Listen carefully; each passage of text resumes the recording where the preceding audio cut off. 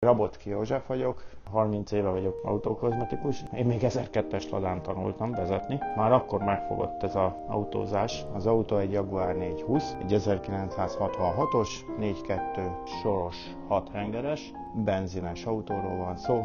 Ez egy osztrák úriemberé volt, ő volt a sofőrje ennek az autónak, és ő vezette a francia minisztériumba, és amikor ő elvonult nyugdíjba, megvehette ezt az autót, amit hazahozott, és egy olyan projektbe fektetett, hogy ő ezt elújítja teljesen, de sajnos másképp hozta neki az élet, és el kellett neki mindenképpen adnia a betegsége miatt. Mi kimentünk, megnéztük az autót, nem sikerült akkor vele megegyezni, eljöttünk, és egy 2 hét leforgása után az úr hívott engem személyesen, hogy menjek ki, mert látta a 11 éves lányomban azt a reakciót, hogy fényképezte, meg tetszett neki, hogy valószínűleg jó kezekben lesz ez az autó, és ezért úgy döntött, hogy nekem adja el az autót. Abba az volt még a megkötése, hogy ha bármit csinálok az autóval, mindenről küldjek neki videót, dokumentációt, akarja végig kísérni az életét. 1 év eltelte után, megszakadt vele a kapcsolat, ő meghalt.